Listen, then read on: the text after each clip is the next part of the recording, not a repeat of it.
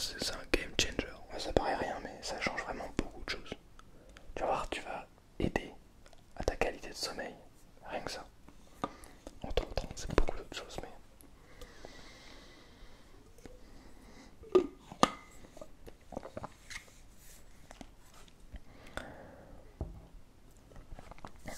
Bien.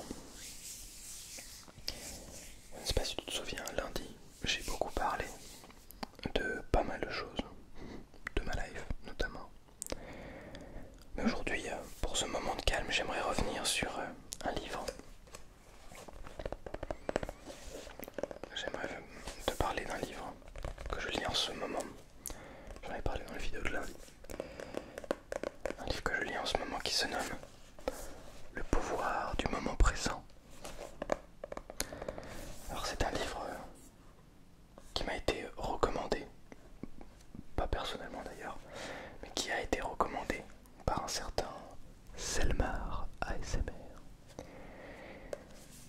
D'ailleurs, si tu écoutes cette vidéo Selmar, si vous souhaitez partager cette vidéo à Selmar, n'hésitez pas. C'est quand tu veux, avec grand plaisir, que on se retrouve pour proposer un featuring, une vidéo. Voilà, si ça t'intéresse, ou juste pour se rencontrer, ça m'intéresserait. Bon, faut que pour cela j'ai le temps, et je n'hésiterai pas en tout cas à te contacter au plaisir. Bref, donc ce livre m'a été enfin, donc c'est Selmar qui a fait une vidéo sur les livres qu'il recommande, les livres de développement personnel. Et ce livre en faisait partie, avec le livre Comment se faire des amis que j'ai lu également. J'ai acheté les deux. Je me suis dit, j'ai acheté les deux en plus du livre Nana de Émile Zola, parce que bon, j'étais en train de le lire.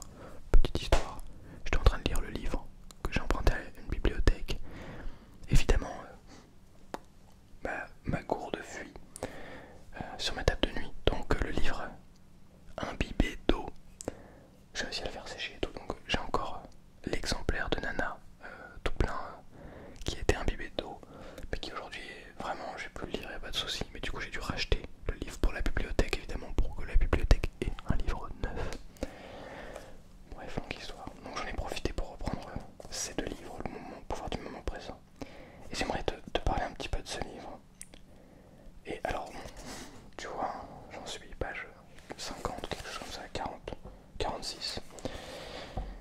Et un petit peu de ce qu'il veut dire, ce qu'il signifie. Et vers où est-ce qu'il va. Et je pense que c'est important d'en parler. Voilà, ça nous permettra de réfléchir. Parce que je pense que même dans un moment de calme, on peut réfléchir. Mais on va réfléchir d'une manière différente. On va essayer d'aborder les choses pas du prisme de l'éducation, de oh, il faut absolument apprendre, tiens, tu vas m'apprendre ça par cœur, s'il te plaît. Ou d'une façon un peu académique d'apprendre. On va essayer de. Pardon, on va essayer de se poser des questions pour que tu puisses peut-être te servir de ça et essayer de utiliser ça au quotidien. Bon, alors déjà, si on prend le titre, juste le titre, le pouvoir du moment présent, à quoi ça t'évoque en fait?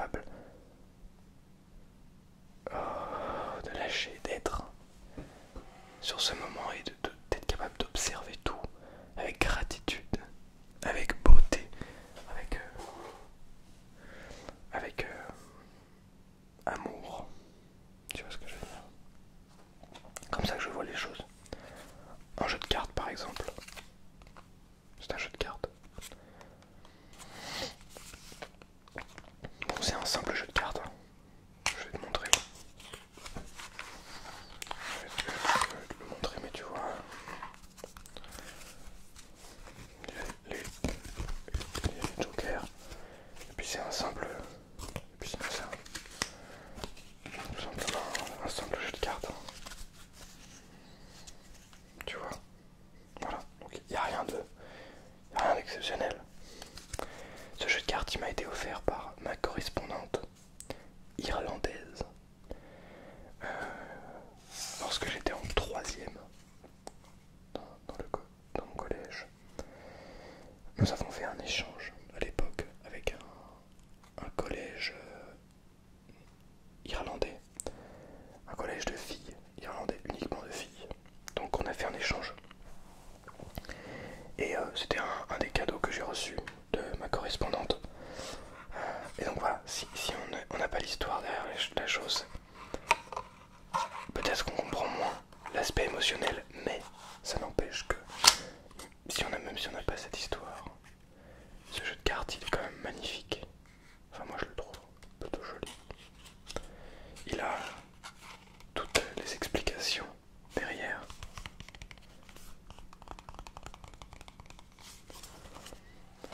The Cape of Dunlow, visitors can cross the 6-mile pass between the McGillicuddy Ricks and the Purple Mountain. It is a wild and rugged cape excavated by forcing ice flows during the last ice age. Ouais, je n'ai pas compris. Je n'ai pas compris, mais ok. Mais je crois que c'est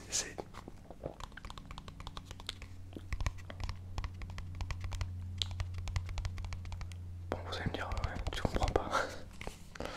Mais non, là.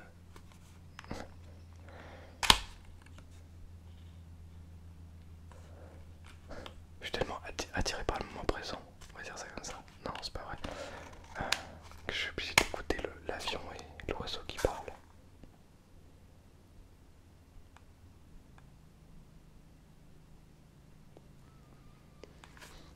Bon, je parle beaucoup, mais en vrai,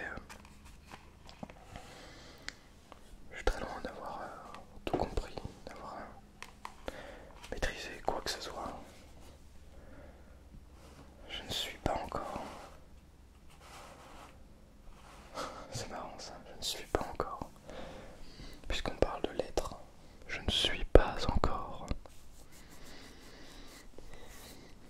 Si quelqu'un vous demande qui es-tu, je pense que j'aimerais répondre je ne suis pas encore.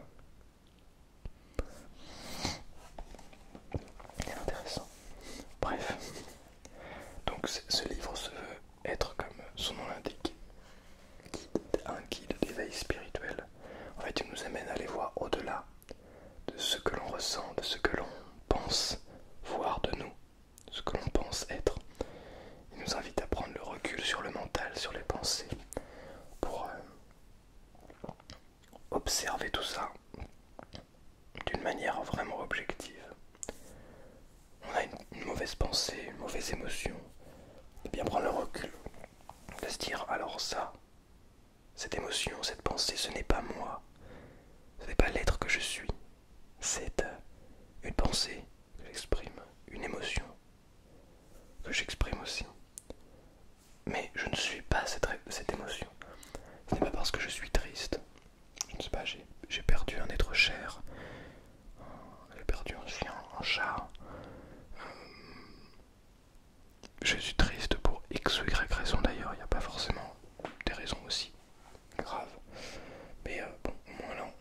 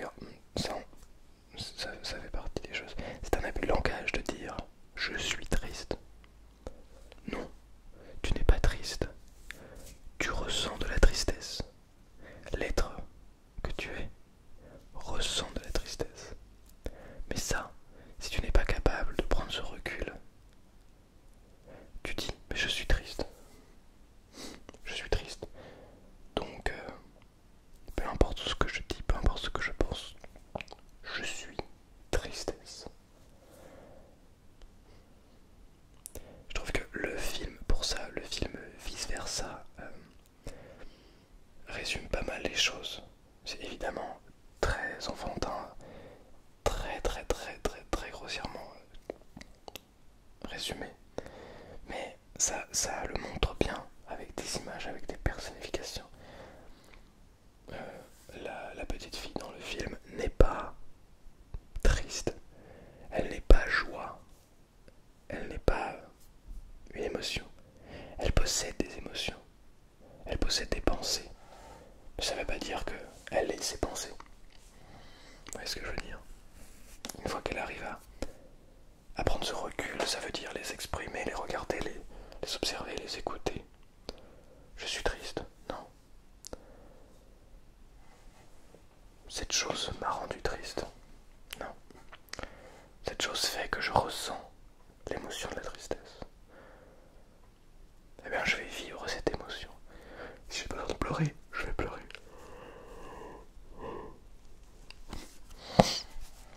Et si j'ai besoin d'exprimer cette émotion physiquement, je vais le faire. Ça peut être en criant, ça peut être... Moi j'aime bien faire du sport par exemple, aller courir. Moi ça dégage beaucoup d'émotions. Pas dégage, mais ça les exprime, ça les fait s'exprimer. Donc tu vas exprimer ces émotions d'une quelque manière que ce soit, et après tu fais le point et tu regardes, ok. Donc là en fait j'étais pas triste, je ressentais la tristesse, je l'ai ressenti au fond de moi-même, je comprends ce que c'est, que j'ai ressenti cette tristesse. Aujourd'hui je ressens, là maintenant je ressens une joie immense, une plénitude. Alors c'est marrant parce que dans le livre il fait un parallèle entre le plaisir et la joie. Alors je crois que c'est ici. Oui, il parle de cet état de plaisir. Alors moi, c'est des mots différents, mais ce que j'avais j'avais entendu ça, c'est que lui il parle de la joie comme d'un tout. J'avais plutôt remplacé moi le mot joie par son mot plaisir, mais je comprends aussi c'est la même chose. C'est-à-dire que la joie, c'est comme les autres émotions. Tu peux être joyeux, ça arrive à beaucoup de gens. Pas beaucoup de gens d'ailleurs, absolument tout le monde est joyeux, a été joyeux un jour au moins. Mais être joyeux ne signifie pas être heureux.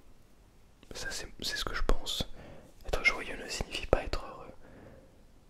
Parce que joyeux c'est une émotion qui passe. Chaque émotion passe, viennent et s'en vont. Et si on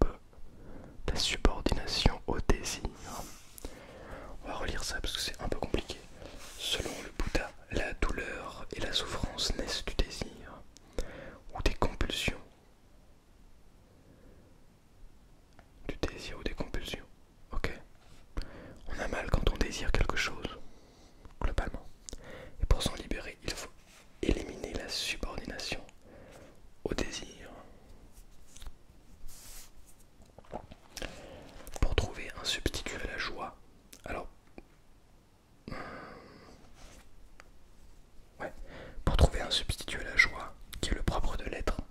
Le mental cherche le salut, ou la satisfaction, désirant des choses extérieures ou dans l'avenir. Aussi longtemps que je suis mon mental, je suis aussi ses envies, ses besoins, ses manques, ses attachements et ses aversions. À part ceci, il n'y a pas de jeu, sauf sous la forme d'une infime possibilité, d'un potentiel non réalisé, d'une graine qui n'a pas encore germé. Dans cet état-là, même mon désir de me libérer ou d'atteindre l'éveil n'est encore qu'une autre envie axée sur une satisfaction et un accomplissement futur. Ne cherchez donc pas à vous libérer du désir ni à atteindre l'illumination. Apprenez à être présent. Soyez celui qui observe le mental. Au lieu de citer Bouddha, soyez Bouddha. Soyez celui qui est éveillé. C'est ce que le mot Bouddha veut dire, éveillé. Les humains sont en proie à la souffrance depuis toujours, depuis qu'ils ont sorti de l'état de grâce, qu'ils sont entrés dans le règne du temporel et du mental, et qu'ils ont perdu la conscience de l'être. Dès ce moment-là, ils ont commencé à se percevoir comme d'insignifiants fragments évoluant dans un monde étranger, coupé de la source et des autres. La douleur et la souffrance sont inévitables tant et aussi longtemps que vous êtes identifié à votre mental, c'est-à-dire inconscient, spirituellement parlant. Pas si simple à comprendre. La douleur et la souffrance sont inévitables tant et aussi longtemps que vous êtes identifié à votre mental, c'est-à-dire inconscient, spirituellement parlant. Tant qu'on pense qu'on est nos émotions, nos pensées, eh bien on peut toujours ressentir cette souffrance et cette douleur. Je crois que c'est ce que ça veut dire. Je fais ici surtout référence à la souffrance émotionnelle. Également, la principale cause de la souffrance est des maladies corporelles. C'est vrai que ça, on en parle peu, mais quand on se laisse beaucoup, ça veut rien dire, mais quand nos émotions prennent beaucoup le dessus et qu'on a l'impression qu'on est ces émotions, le corps physiquement, on ressort des séquelles. Et ce n'est pas une blague, c'est-à-dire qu'on a malheureusement plus de chances d'attraper une maladie, si on fait du sport, d'être blessé, plein de choses comme ça.